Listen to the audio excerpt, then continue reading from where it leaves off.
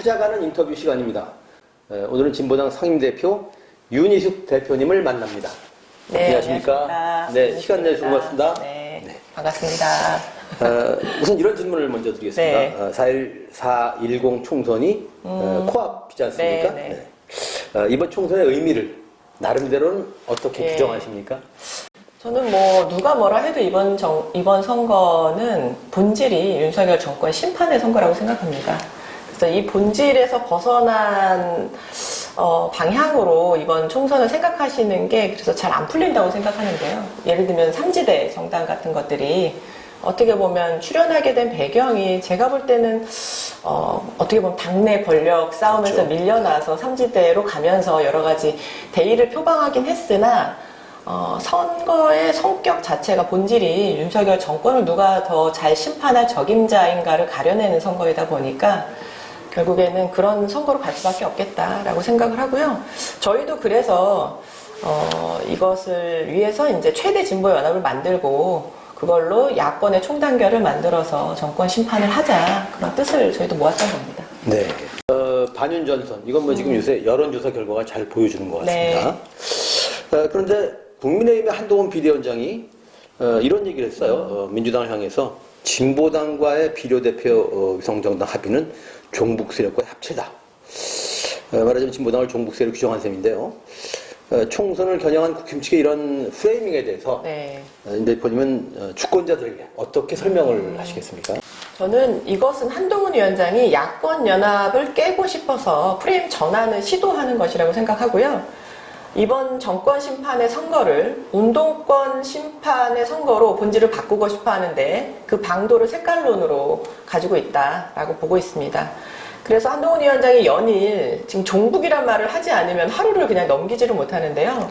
우리 당에 대해서 종북이니 간첩 전력자니 통진당 후신이니 하는 말을 아무런 근거 없이 계속 하고 있어서 저희가 선거에 이기고 싶다고 아무 말이나 해선 안 된다며 한동훈 위원장을 고발을 했습니다. 네. 그래서 사실은 좀 따지고 보면 진보당은 이미 저희는 선관위에 등록한 합법적인 정당이고 그리고 주민들이 선택해서 강성이라는 국회의원을 선출해 주셨고 그리고 울산에 동구청장도 있고 20명의 지방의원들이 활동하고 있는 당인데요.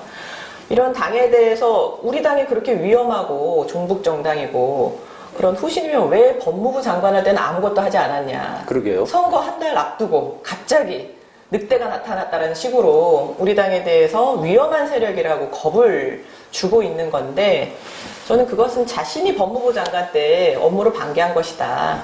그리고 정말로 진보당이 통진당의 후신이라면 우리 진보당의 전신이 민중연합당이 창당한 게 2016년 봄인데 그때 박근혜 정권 때였거든요. 그러면 박근혜 대통령이 통진당 부활의 공범이냐라고 전 따져 물을 수밖에 없다. 맥락을 보면서 말을 했으면 좋겠다고 생각하고요. 이렇게 근거 없는 이야기를 막 뱉어내고 그로 인해서 특정한 정치 세력에게 어떤 낙인을 붙이고 그 낙인을 가지고 다시 또 공격하는 방식의 색깔론 선거는 저는 이번 선거를 마지막으로 끝내야 한다고 생각합니다. 근데 국민들께서 표로, 민심으로 네. 심판해서 보여주셨으면 좋겠습니다. 네. 그런데 제가 이번에 좀 조사를 해보니까 진보당이 진보 정당 중에서 당원이 가장 많습니까? 네. 네. 이게 어떤 의미가 있습니까? 예, 저희가 지금 10만 명 정도 되는데요. 사실은 어떻게 이렇게 많은 당원을 모았는지 비교를 물어보시는 분들도 계시는데 비교를 알려드린다고 사실 아무나 할 수 있는 건 아닙니다. 보통 진보당 같이 어떤 언론에서 주목하지도 않고 또 유명한 정치인이 있지도 않은 정당이 소수 정당이 10만 명의 당원을 만든다는 거는 정말 우연한 건 하나도 없거든요. 한 땀 한 땀 그 당원들의 이제 땀과 정성이 모인 건데 10만 명 중에 3분의 2가 비정규직 최저임금 받는 노동자들이세요. 네. 뭐 당원의 구성을 보면 청년도 있고 또 여성 당원들도 있고 또 도시 서민들, 빈민 당원들도 있고 또 농민 당원들도 계시는데요. 그 비정규직 노동자들의 당원들을 보면 예를 들면 뭐 과로사로 한 20명의 동료를 잃고 나중에 노동조합을 만들어서 파업을 했던 택배 노동자들이 계시잖아요. 이런 분들이 노동조합을 만들고 파업을 할 때 곁에 있었던 사람이 누군가, 그 당이 누군가 그래서 이제 진보당을 찾아서 가입해 주신 거예요. 그런 분들이나 학교에서 그냥 밥하는 아줌마로 이름 없이 불리다가 이제는 교육감하고 교섭을 하는 당당한 노동자가 된 우리 학교 비정규직 노동자분들, 또 노가다라고 무시받지 않고 당당하게 일하기 위해서 노동조합 만들었는데 건폭으로 몰려서 결국 정권의 탄압을 받고 있던 이런 건설 노동자 같은 분들이 어찌 보면 가장 우리 사회에 절실하고 어려운 곳에서 싸워오신 분들인데, 이분들 곁에 힘이 되는 정당이 되자고 하는 것이 우리 당의 목표고 그게 진보당의 본령이라고 생각했거든요. 이걸 이행하는 과정에 우리 당원들이 늘어나게 된 것이고, 최근에는 저희가 이제 가계부채 상담을 하고 있어요. 근데 지금 가계부채 2,000조 시대잖아요. 근데 그 가계부채 상담하러 오시는 분들이 유서까지 써놓고 오시는 분들 계세요. 이 빚 때문에 사채업자한테 쫓기다가. 근데 그런 분들이 진보당 가계부채 상담하고 정말 전화 한 통으로 해결되는 부채도 있거든요. 그런 일을 겪으시면서 빚 때문에 쫓기시던 분들이 저희는 다 당비를 내는 당원들인데 당원 가입을 해주시는 거예요. 그래서 이번에 부산 연재에서 50명의 당원이 확대가 됐어요. 네. 가계부채 상담받으러 오셨던 분들. 근데 저는 그 힘이 지금 부산 연재에서 야권 단일 후보로 노정현 후보가 당선이 되고 지금 국민의힘 후보를 큰 차이로 이기고 있는 것이 이런 당원들이 만든 이제 저력이 있기 때문에 가능하다고 생각합니다. 네. 비결보다 정석대로 하는 거군요. 그렇죠. 그러니까 진보 정치의 본령이라는 것이 어려운 사람 곁에 싸우고 땀 흘려 일하는 사람들이 존중받는 사회를 만들자고 하는 것인데, 그것을 저희가 꾸준히 하다 보니 지난 6년간 지금 10만 당원이 되었죠. 네. 네. 이번 총선의 핵심 공약은 뭔가요? 저희가 지난해 9월에 광주에서 정책당대회를 4년 만에 했는데요. 그때 저희가 정책 넘버원 컨테스트를 했습니다. 당원들이 직접 그 자리에서 투표를 해서 10대 정책을 뽑았었는데 거기에서 1등한 것이 검찰 개혁이에요. 그래서 검찰청 해체. 네. 그래서 그러니까 기소와 수사권을 모두 독점하고 있기 때문에 견제받지 않는 권력이잖아요. 그렇죠. 예. 특히나 지금 정부 자체가 우리가 검찰 독재라고 부를 정도로 윤석열 정부가 모든 부처에 검찰을 파견해서 행정을 좌우하고 있고, 특히나 견제받지 않는 권력으로 이제 윤석열, 김건희, 한동훈 앞에서는 검찰의 수사권이 발동이 되지 않고 있는 것에 대해서 많은 국민들이 부당하다고 생각하고 계시는데, 그 권한을 축소하는 것이 시급하다라는 것이 당원들에게 제일 큰 지지를 받았던 것이고, 수사청하고 기소청을 분리하자는 것이죠. 그래서 검찰은 기소만 하고 수사 권한은 분리하자는 게 저희 첫 번째 대표 공약입니다. 네. 수사와 기소를 분리하더라도 말이죠. 지금처럼 소위 이제 기소 편의주의. 네. 자기들 입맛대로 기소를 예. 하기도 하고 안 하기도 하고. 예. 이 문제도 심각하지 않습니까? 그래서 이제 지방 검사장을 선출할 때 네. 이제 직선제로 하자, 네. 이런 것도 안이 있습니다. 그래서 근데 실제로는 권력 도점을 해체하는 게 기본이기 때문에 그냥 뭐 수사청, 기소청 분리만으로 이 문제가 그냥 해결되진 않을 것 같고요. 그래서 이번에 저희가 연합 정치를 했던 것도 조금 더 국민들에게, 유권자들에게 견제받는 권력을 선출해야 하니 대통령만이라도, 대통령 선거만이라도 결선 투표제로 도입할 수 있게 개헌을 해야 된다라는 요구도 높습니다. 그래서 네. 차기 22대 국회에서는 이런 연합정당에 참여했던 정치 세력들, 그리고 더 많은 국민들의 지지를 받아서 선거제도 개혁을 해 나가면서 정치 권력의 집중을 좀 해소하는 방향으로 나가야 할 것 같습니다. 네. 조국 혁신당의 조국 대표는 검사장 직선제기를 하던데. 네네. 진보당은 공약으로 삼지는 않았습니까? 아니요. 검찰청 해체 안에 어차피 검찰청, 중앙청이 해소가 되면 이제 네. 지방검사장만 남기 때문에 지방검사장 직선제가 저희 공약에 그렇군요. 있습니다. 네. 알겠습니다. 진보당의 강성희 의원이 네. 지난 1월달 전북 특별자치도 출범식에서 윤석열 대통령에게 이러시면 안 됩니다라고 했다가 네. 잘 아신 대로 대통령 경호처 직원들에게서 입을 틀어막히고 사지가 들린 채 퇴장당했습니다. 소위 입틀막 경호의 시작이었죠. 네. 저는 뭐 대통령에게 입틀러, 히틀러 연상시키는 이런 별명을 이렇게 선사하고 심정인데 말이죠. 대통령이 지방정부 행사에 와서 국민의 대표를 상대로 이러시면 안 되는 거 아닙니까? 어떤 입장이십니까? 저희는 그 강성희 의원이 입이 틀어막힌 채 사지가 끌려나가는 그 사진 자체가 굉장히 저는 상징적인 장면이었다고 생각하는데, 민주주의가 질식당하고 있다라고 보여졌어요. 그리고 거기에서 더 한 가지 놀라웠던 건 그러니까 그 입을 틀어막은 거, 사람을 끌어낸 것도 있지만 국회의원을 사지를 들어 끌어낸 것도 굉장히 폭력적이었지만 소리를 못 내게 입을 틀어막았던 것이 저는 굉장히 여러 가지 의미가 있다고 생각하고 그와 연동해서 현장에 있었던 누구도 그것을 말리거나 항의하지 않았던 것도 저는 굉장히 충격이었어요. 그러네요. 네. 근데 그것은 저는 앞으로 우리 사회가 어떻게 될 것인가를 보여주는 장면이라고 생각했거든요. 당시에 이제 서울의 봄이라는 영화가 화제가 됐었는데 그렇죠. 네. 그 영화가 그렇게 화제가 됐던 게 저는 배경이 있다고 생각합니다. 지금의 정부를 바라보면서 정부 대통령에게 직언을 하는 사람은 그것이 국회의원이더라도 저렇게 폭력적으로 입을 틀어막고 사지를 들어서 내보낼 만큼 듣기 싫다, 들으려고 하지 않는다라는 걸 보여줬고 이것이 지속되면 이대로 두면 그 자리에 침묵하고 있었던 그 행사장의 모습이 대한민국의 모습이 될 수도 있겠다. 네. 저 서울의 봄 영화의 시절로 돌아갈 수도 있겠다라고 많은 국민들이 생각했을 것 같고 저도 그런 위기감을 느꼈고 이 정부가 변하지 않는다라는 거를 그 이후에 카이스트 졸업식장 그 다음에 뭐 의사를 대하는 모습에서도 누구를 가리지 않고 듣기 싫은 목소리는 듣지 않겠다라는 거를 일관되게 보여주고 있다고 생각합니다. 네. 그러네. 지금 말씀하신 대로 그 장면을 이렇게 조금 들여다보면은 네.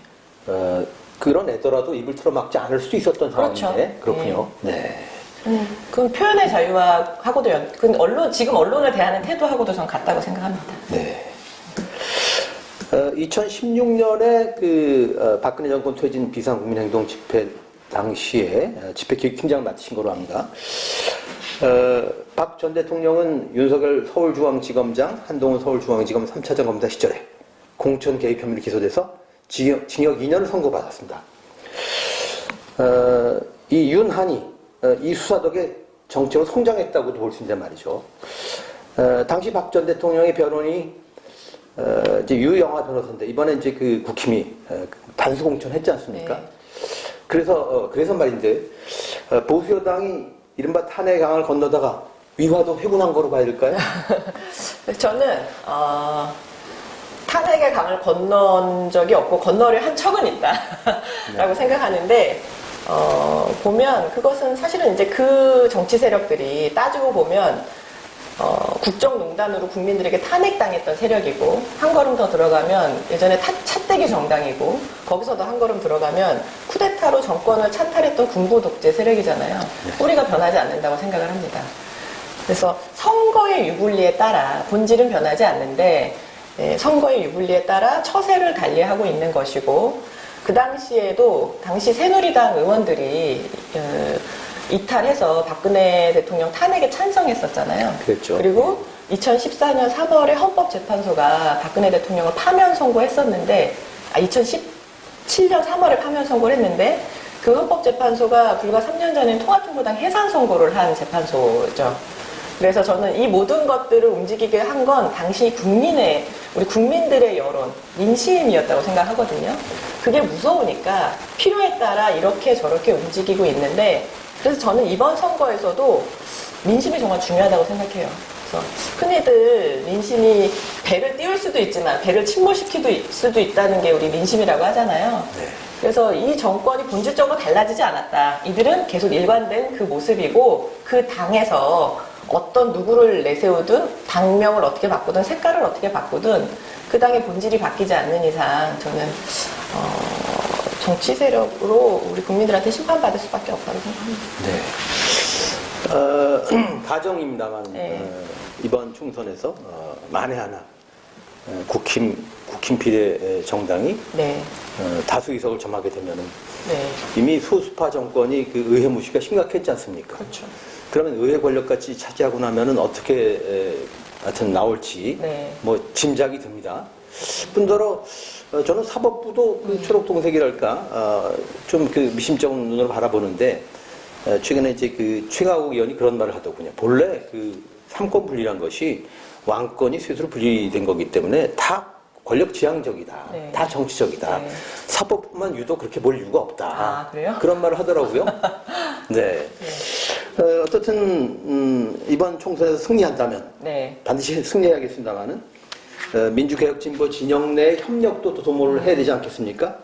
네. 그런 협력과 더불어 진영 내에서 이른바 잘하기 경쟁도 좀 필요할 걸 보는데 어떻게 경쟁하실 겁니까?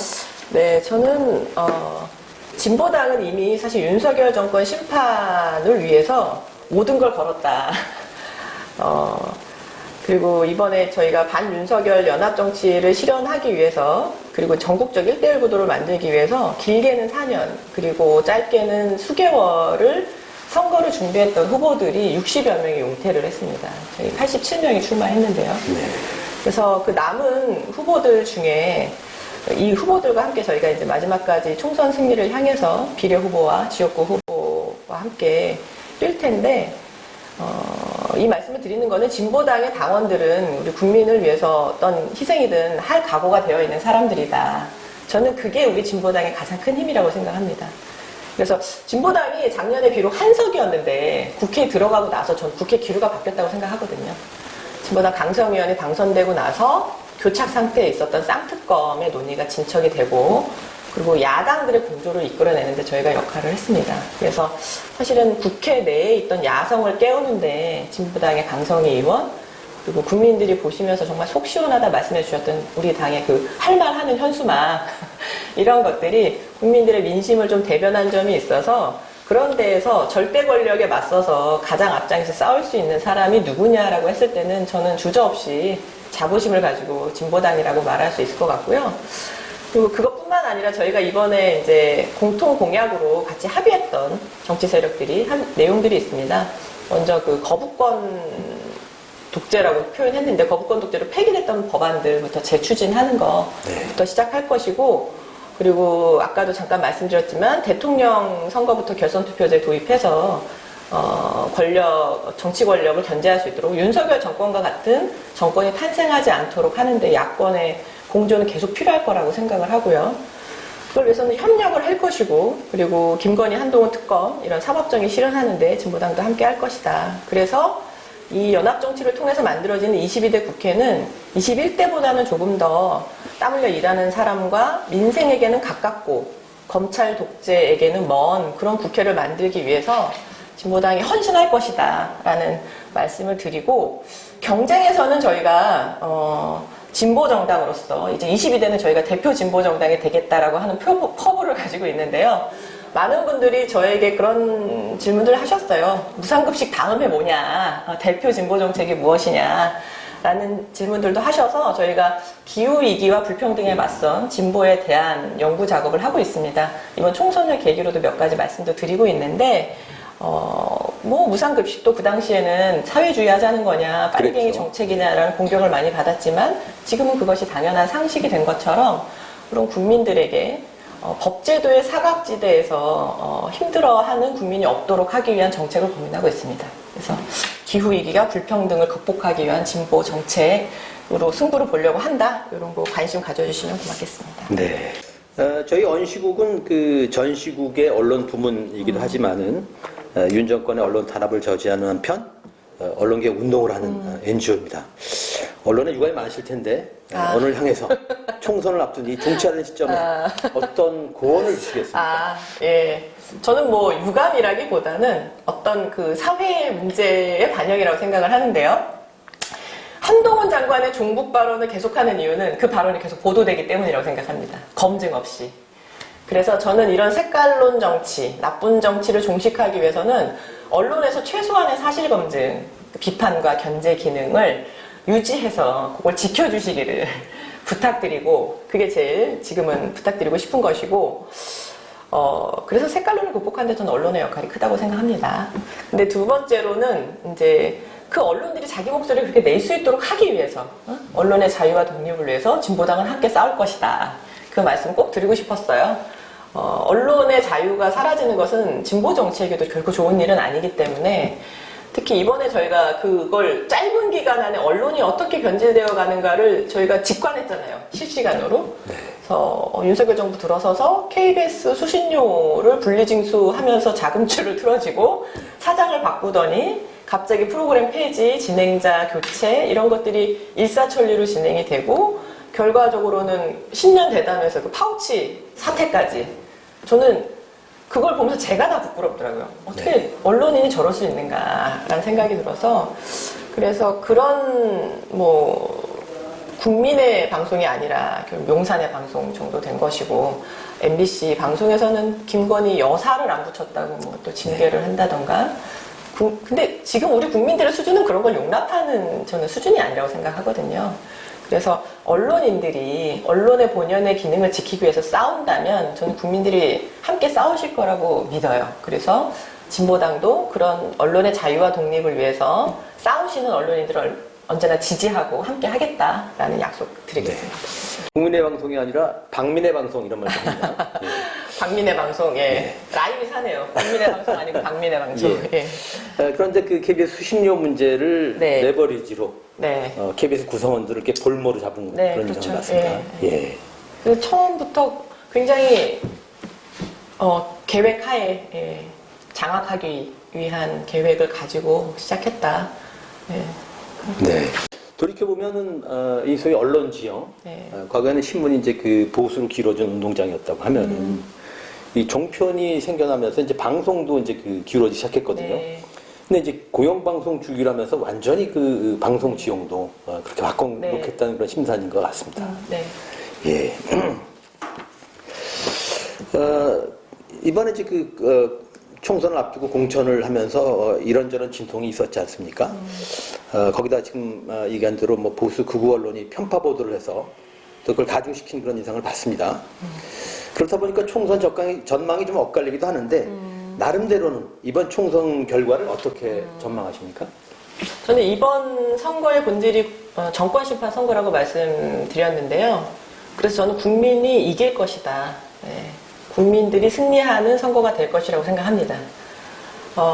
그런데 이제 중요한 건 이제 투표율도 중요하다. 네. 대대로 한 60% 전후로 투표율이 올라가면 총선에서 그러면 보통 이제 민주진보 계열이 승리하는 선거로 귀결된 경우가 많은데 역대 선거 결과를 보면 그만큼 누가 투표장에 나오는가 그리고 얼마나 많이 나오려고 하는가에서 이번 선거가 이 정권을 심판하고 싶은 국민들에게 투표장에 나올 수밖에 없도록 하는 선거라고 생각해요. 이길 수밖에 없다고 생각하고, 그래서 특히 이제 삼지대 같은 경우는 저는 별로 이렇게 영향을 발휘하지 못할 것이다. 최근에 조국 혁신당이 돌풍이 좀 있긴 한데요. 이번 선거가 단순히 이번 총선 한 번만 보고 국민들이 이제 투표를 하실까 그런 생각도 들어요. 앞으로 이제 2년 뒤에 지방선거가 있고 또 대선도 있고 그 다음 총선이 있잖아요. 그런 걸 보았을 때 대한민국 정치가 좀 근본적으로 바뀌어야 된다고 생각하시는 분들은 저 정치 세력이 얼마나 대안이 될 것인가, 믿음을 가지고 표를 줄까, 앞으로 계속 우리나라 정치를 바꾸는 데 역할을 할 수 있을까를 내다보시고 투표를 해주시면 이번 민주진보 개혁 진영의 이런 연합 정치가 조금 더 큰 승리를 거두고 앞으로 실제로 그냥 이번 선거만 이기는 것이 아니라 그 정치를 바꿀 수 있는 힘을 가질 수 있을 것 같습니다. 네. 사실 대한민국 주권자는 극한 직업입니다. 네. 깨어있는 시민들에게 이번 총선에 어떻게 임해달라라고 호소를 하시겠습니까? 많이 하는 말 중에 진짜 대한민국 국민으로 살기 너무 힘들다. 아니 촛불을 그렇게 6개월간 들어서 국정농단 세력을 끌어내렸는데 다시 저렇게 윤석열 정권 같은 정권을 맞이해야 하나, 그런 얘기를 예전에 많이 했었는데 4인인 시절에 제가 당대표가 되고 나니까 국민들께 너무 죄송스럽더라고요. 우리나라 정치가 이 수준밖에 되지 않아서 국민들을 계속 힘들게 하는구나. 이 자리를 빌어서 죄송하다는 인사를 드리고, 근데 제가 저를 지금의 자리로 저를 성장시키는데 중요한 비중을 차지한 게 저는 이제 촛불 광장인데요. 제가 광장에서 목격했던 거는 대한민국은 민주공화국이고 대한민국의 모든 권력은 국민으로부터 나온다라고 하는 그 헌법 구절을 현실화시키는 것은 헌법학자도 권력자도 아닌 주권자의 의지와 행동이었다라고 생각합니다. 그리고 그 촛불은 그 자체가 바로 우리 자신이기 때문에, 국민들 자체이기 때문에 그건 절대 꺼지지 않고 사라지지 않는 거라고 생각하거든요. 그래서 권력은 유한하고 국민은 영원하다. 국민을 이기는 권력은 없다라는 말이 저는 대한민국의 민주주의의 역사에서 저는 증명되어 온 사실이라고 생각합니다. 네. 그거는 흔들리지 않는 믿음이고요. 네. 그래서 이번에 그 국민들께서 이긴다라는 데에서 확신을 가지시고 결코 국민을 이기는 권력은 없다라는 믿음으로 이번 총선에 나와서 그 말씀하셨듯이 짱돌이라고 생각하고 투표용지를 들고 검찰 독재 연장을 막기 위한 최초의 연합정치 시도를 승리로 이끌어 주시기를 부탁드립니다. 네. 아까 그 대선 결선 투표제 얘기를 하시니까 가정의 질문입니다만은 그러니까 제도 문제도 있다는 것이 지난 대선 당시에 결선 투표제가 도입됐었다면 정권이 안 바뀔 수도 있지 않았을까요? 결선 투표제가 있었다면 윤석열 정권이 탄생하지 않았다고 확신합니다. 저는. 네. 더불어민주연합의 그 비례대표 후보, 시민사회가 뽑은 비례대표 후보 세 분이 뭐 자진 사퇴하거나 아신 대로 컷오프 됐습니다. 그 과정에서 이 거대 정당 민주당의 레드 컴플렉스도 작동했다고 저는 봅니다. 이 색깔론 앞에만 서는 작아지는 한국 정치, 이거 어떻게 풀어야 됩니까? 세계 유일의 분단 국가에서 진보 정치를 한다는 건 참으로 어려운 일입니다. 저는 이 분단 체제의 산물인 색깔론이 그동안 정치적 반대 세력을 제거하기 위해서 독재 정권의 통치 수단으로 활용되어 왔었고, 이 체제가 바뀌지 않는 한 그런 중도 개혁 또는 보수 정당들이 바뀌기 쉽지 않다고 생각합니다. 근본적으로는 이 체제를 바꾸는 게 우선이고, 그래서 진작에 박물관으로 들어갔어야 할 국가보안법이 70년 이상을 살아남다 보니까 그 자체가 체제가 되어서 이제는 국가보안법을 폐지하라는 말을 하는데도 자기 검열을 해야 되는 시대가 되어버려서 이게 더 굳어지기 전에 이 사회 자체가 좀 바뀌어야 된다고 생각을 하고요. 근데 이제 분단 체제에서 우리가 완전히 자유로워지는 것은 사실은 굉장히 좀 근본적인 문제고 오래 걸릴 수 있는데, 앞서서도 잠깐 말씀드렸지만 이 색깔론이라고 하는 것은 다른 어떤 말로 사실은 해결될 수 있는 문제가 아니고 그 자체가 어떤 낙인이기 때문에 단호하게 그거는 단절해야 된다고 생각합니다. 그걸 받아들이지 말고 언론도 보도하지 말고 그런데 이번에는 이전에 비해서 좀 저희가 다행이라고 생각하는 건 민주당에서도 이번에 철진한 색깔론이다. 그 공세는 그렇게 얘기도 하고, 그리고 문제가 있다면 본인들이 이 진보당이 문제가 있는 정당이면 본인들이 정당 해산을 신청하면 되지 않냐. 그렇게 하지 않으면서 그런 말을 왜 계속하냐. 이런 말로 단호하게 응수를 하고 있어서 저는 그게 참 다행이라고 생각을 하고요. 이런 허위 공격에 단호한 사람들이 늘어날수록 레드 컴플렉스는 사라진다. 힘을 발휘하지 못한다고 생각합니다. 이번에는 색깔론엔 단호하자. 그게 저의 대책입니다. 네. 오늘 인터뷰가 한번 미뤄졌습니다만은 그 당시에 이제 그 윤 대표님께서 하여튼 임태훈 군인권센터 소장 배제한 그 건으로 하여튼 회의가 계속 이어진다고 하셨는데, 임 소장의 경우에 병역도 병역이지만은 이 성소수자 문제에 대해서 경기를 지키는 보수 기독교 세력이 이 세력을 지나치게 의식한 결과 아닐까, 이런 합리적 의심을 하게 됩니다. 이번 총선에서 민주개혁 진보 세력이 승리하면은 그러면 22대 국회 그 차별금지법 만드는 겁니까? 저희는 당연히 만들 거고요. 만들자고 하는 것이 우리 당의 입장이고, 민주당 내에서도 찬성하는 의원들이 있고요. 근데 임 소장이 이제 저는 국회 이번에 이 비례 후보 명단에 들어가지 못한 굉장히 아쉽고, 그와 관련된 입장은 여러 번 저도 발표를 했는데요. 그걸 보면서 정치가 시대 변화를 따라가지 못하는구나 그런 생각이 들었습니다. 이 정치가 다른 변화보다 굉장히 뒤처지고 있어서 쫓아오는 형국이라서 저는 그런데 일조하고 있는 게 낡은 선거제도라고 생각합니다. 그러니까 진보 정당들, 소수 정당들이 원내 진출을 가로막는 승자독식 소선거구제를 비롯한 연합 정치를 가로막는 뭐 이중당적 금지라던가 또 결선 투표제가 없는 이런 조건들을 바꾸는 게 22대에서는 필요하다. 그런 선거제도 바꾸고 그에 기초해서 다양한 정치 세력들이 진출할 수 있는 통로도 만들고 결국에 이제 정치 자체가 바뀌어야 가능할 것 같고요. 진보적인 정치 세력들이 많이 들어가야 사실은 국회 내에서 자유롭게 토론하고 소신에 따라 의지에 따라 투표할 수가 있는데 현재는 이 굉장히 불합리한 선거제도 때문에 이기는 편을 드는 정치를 계속 하고 있는 거죠. 근데 저는 이 자체가 좀 바뀌어야 된다고 생각하고 그러는 데 있어서 좀 중요하다고 제가 바라보고 있는 건 보수를 참칭하고 있는 세력들.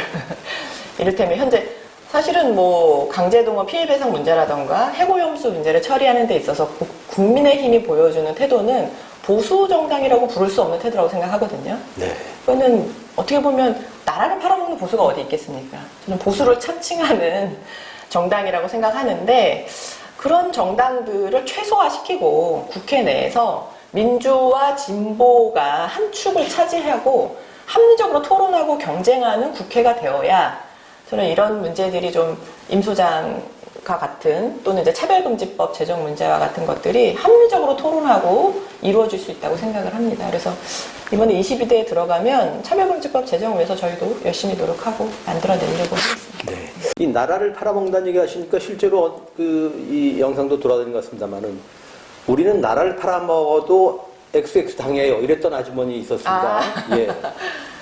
예, 떠오르네요. 예전의 네. 기억이. 진보당은 어쨌든 이제 노동자, 농민들을 대변하는 그런 당인데, 우리나라의 그 저소득층은 최근 20년간 거의 모든 선거에서 계급 배반 투표를 했다고 합니다. 근데 이 계급 배반 투표마저도 레드 컴플렉스 때문이라는 그런 분석이 있습니다. 좀 변주해서 다시 여쭤보는 건데, 결국 같은 질문인데, 이번 총선에 임하는 주권자들에게 권한 합작의 종북몰이에 어떻게 맞서라고 하시겠습니까? 그러긴 했지만 저는 지금의 종북몰이는 검찰 독재 연장을 위한 집권 연장 카드다. 네. 색깔론엔 단호하게 맞서야 된다. 라고 생각하고요. 이제 계급 배반 투표라는 부분에도 조금 더 얘기를 드리고 싶었던 거는 이제 우리 국민들께서 유권자들께서 스스로 이거를 자신을 어떤 계급으로 인식하고 있는가의 문제가 있을 거라고 생각합니다. 우리나라의 노동조합 조직률이 13.1% 정도인데요. 그러니까 이를테면 그 노동조합 조직률이 올라갈수록 빈곤율이 떨어진다는 조사 결과가 있어요. 그러니까 이를테면 사회복지가 잘 되어 있는 복지국가로 세계적으로 인정받고 있는 북유럽이라던가 또 이제 진보 정당이 집권한 나라들을 보면 노동조합 조직률이 20%에 가깝거나 넘거나 하는 경우가 있죠. 근데 저는 그래서 사실은 그런 어떻게 예를 들면 계급이라는 말로 스스로를 인식하려고 한다면 그렇게 어떤 자신의 이해관계를 가지고 정치 세력화되어 있는 집단이 사회에 많아져야 그 안에서 이제 계급 투표라던가 하는 인식도 생길 수는 있을 것 같아요. 그래서 자기의 권리를 위해서 어떤 정당에게 투표하는 것이 좋은지를 조금 더 어떤 이제 세력화된 관점에서 바라보실 수 있을 것 같은데 지금 우리나라의 투표를 좌우하는 것은 이제 우리나라 노조 조직률이 13%에 불과한 것처럼 많은 국민들에게는 이런 계급 기반의 투표라는 게 별로 가닿고 있지 않지 않을까라고 생각을 합니다. 말씀하셨듯이 전통적으로 내려오는 자신의 어떤 지지 정당에 기초해서 투표하고 있는 게 많고 그것을 고정시키기 위해서 레드 컴플렉스를 작동시켜왔던 게 우리나라 이제 현실이라고 생각을 하고 있어요. 더불어민주연합 소속으로 출마하는 진보당의 비례대표 후보 3위는 당원 투표를 뽑았고 모두 여성이더군요. 네. 예. 과거 청년연대 대표도 지내신 거랍니다만은 국회의 다양성 확대 이런 진보당의 선택이 좀 기여할 거로 보입니다. 나름대로 어떤 의미를 부여하시나요? 저희는 비례대표 3인이 100% 여성으로 되어 있는데 그 중에 두 분은 그 노동자 출신이시고 한 분은 이제 청년이에요. 그 정혜경 후보는 학교 비정규직 노동자고요. 우리 당의 3분의 1을 차지하고 있는 비정규직 노동자들 중에 한 분이시고 또 전종덕 후보는 그 간호사 출신, 32년차 간호사 출신의 전 민주노총 사무총장을 하셨던 분이시고 두 분 다 그런 노동인권을 위해서 오랜 기간 싸워 오셨고 또 지역 주민들을 조직해 오시는 활동을 하셨던 분들이시고 손sol 후보는 만 29세로 20대 청년 후보이고 또 우리 진보당의 수석 대변인이었습니다. 그래서 기후 위기에 대응하는 우리 당의 이제 기후 특위를 만든다던가 또 인권위원회를 만든다던가 하는 젊은 나이에 비해서 굉장히 많은 정치 활동의 경험을 갖고 있고 새로운 영역을 개척해 왔던 인물이어서요. 지금 여러모로 이제 불평등이 있고 또 기후 위기 닥치고 있고 저출생 위기가 이제 있는데 이 와중에 이런 노동 그리고 기후 인권 영역에서 각자의 역할을 할 수 있는 분들이 진보당의 대표적 정치인이라고 할 수 있는 분들이 들어간 것이고, 위기를 이 노동, 인권, 기후 상징하는 인물들과 함께 좀 대안을 만들어내겠다라고 하는 취지로 이분들이 선출이 되셨고 활동을 하시게 됐죠. 네. 그러니까 공교롭게 여성입니다만 다 그 네. 해당 부문에서 그렇죠. 선수들을 뽑았다. 예, 이런 말씀이시군요. 당원들의 눈높이가 굉장히 높습니다. 네. 당원들의 검증을 통과하면 네. 갑자기 어디서 이제 외부에서 영입돼서 들어오실 거나 이런 분들이 아니고 네. 당내에서 다 활동을 수년 이상 해오신 분들이 이번에 선출이 되신 거고 검증받은 분들이죠. 네. 이 마지막 질문인데요. 네. 이번 총선에서 승리하고 연합 정치가 이루어진다면은 네. 그러면 정권 측도 윤 대통령도 협치를 좀 하려 들까요? 아니라고 생각합니다. 국정기조를 그렇게 쉽게 바꾸실 분이 아닙니다. 제가 볼 네. 때. 예. 오늘 찾아간 인터뷰 윤희숙 진보당 상임대표를 만났습니다. 고맙습니다. 네, 맞습니다.